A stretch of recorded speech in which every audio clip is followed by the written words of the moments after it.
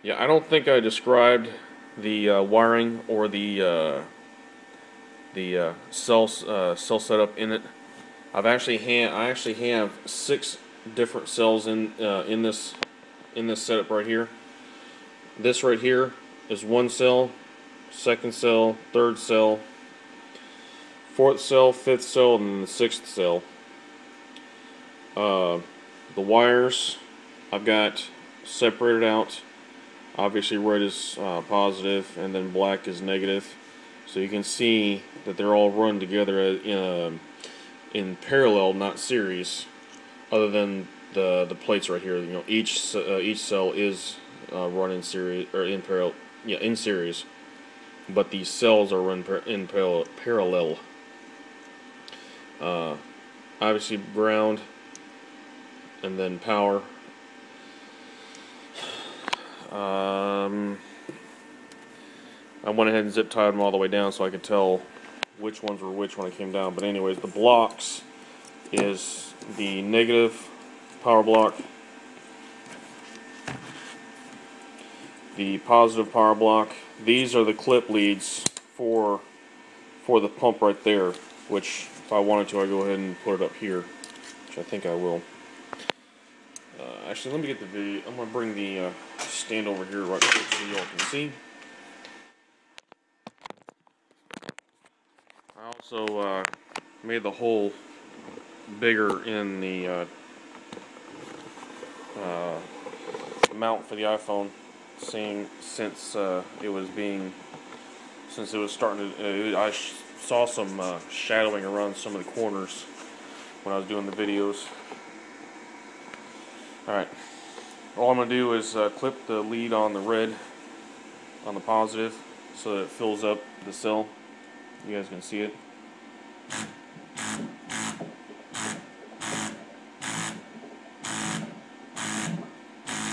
If you guys can't tell, it's filling up these cells a lot quicker than it is filling up these. The cells further away from the feed side of it. So what I'm probably going to end up doing, if I keep this cell the way it is in between each cell, I'll probably end up doing a manifold block, so that I can actually pipe it from down here, and I'll just run it through the sides instead.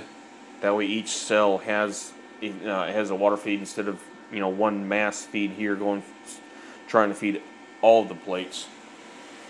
The only other thing that might help that is running the pump slow, which I do need to get a PWM for it. I just haven't found one that I'm actually happy with, and this only draws 3 amps max is what it said on the label, so I'm not too horribly worried about a big PWM, but it does produce a fair amount. It would look better if I had the tank up. Actually, I suppose I can go ahead and do that. I'm gonna go ahead and pause the video and put the tank up up where I had it originally sitting right there, and then I'll show you what it looks like. Alright, hopefully you guys can see everything well. I'm going to go ahead and turn on the cell real quick and let you guys see the amperage and production.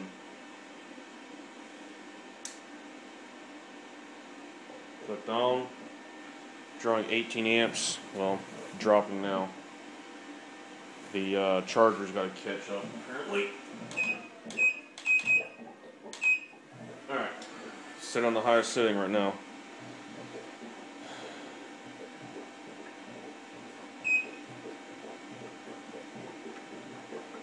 Alright, there we go.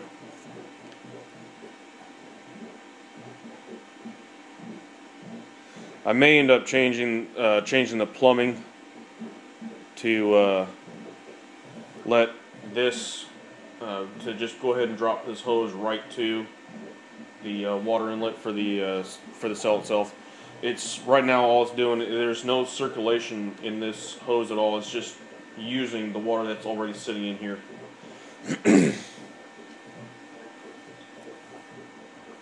But if I turn on the pump though, it does keep everything circulated fairly well.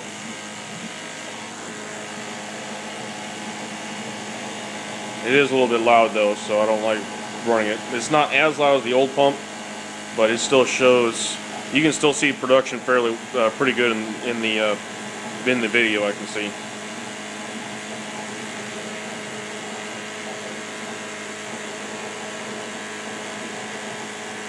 Even when the pump is on, and you look at it from the side here, on the side of the cell, you can actually see that the entire cell is full of water. So I might just go ahead and leave the pump the way it is, since it flows a lot lower amount than the other one did. The main reason why I pulled the old pump off was because of the fact that I saw a leak. It looked like it was leaking, so I went and pulled it off. It was leaking from the pump head part itself. Right now, the voltage that we're getting across the cell is 13.5 volts.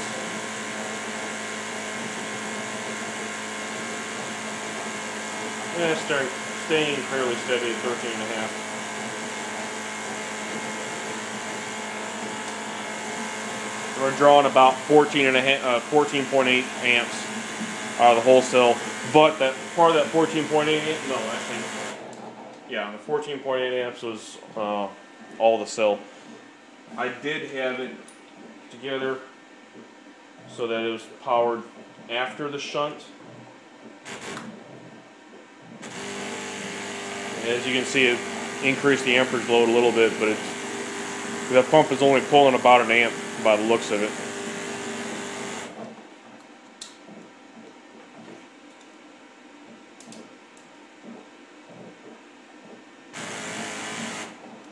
So far, I'm pretty happy with this. Cell. I'm still going through and tweaking things here and there. Obviously, like having to fix the lid. I wanted to do a production test when I first hooked up the tank, but I couldn't do anything because there wasn't any gas coming out of the tank itself. So I was trying to figure out where the leak was, and it ended up being in the threads, in the ceiling. So I went ahead and pulled it off. Hopefully the goop will be a little bit softer than the gasket that was already in there, and it'll seal a lot better, and then I can actually do a production test. If I can't, I'll have to figure out something else, or just glue that thing down and figure out some other way of filling it. But that 9-gallon tank is going to be a long time to fill up if I have to seal it up. Alright, now that the charger is off and making noise. Alright, never mind, it ain't going to stay off, I guess. Alright, I'm going to go ahead and turn it off for a second, or actually unplug it. Alright. We're pulling 8 amps right now. The voltage is 12.5 and dropping.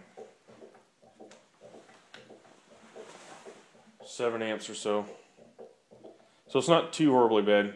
Like I said, it's set up with the 5-plate neutral, 6 cell gaps, or plate gaps. I don't have my computer out here with me, so I can't tell you the voltage per plate, although we can check it out. Per plate voltage is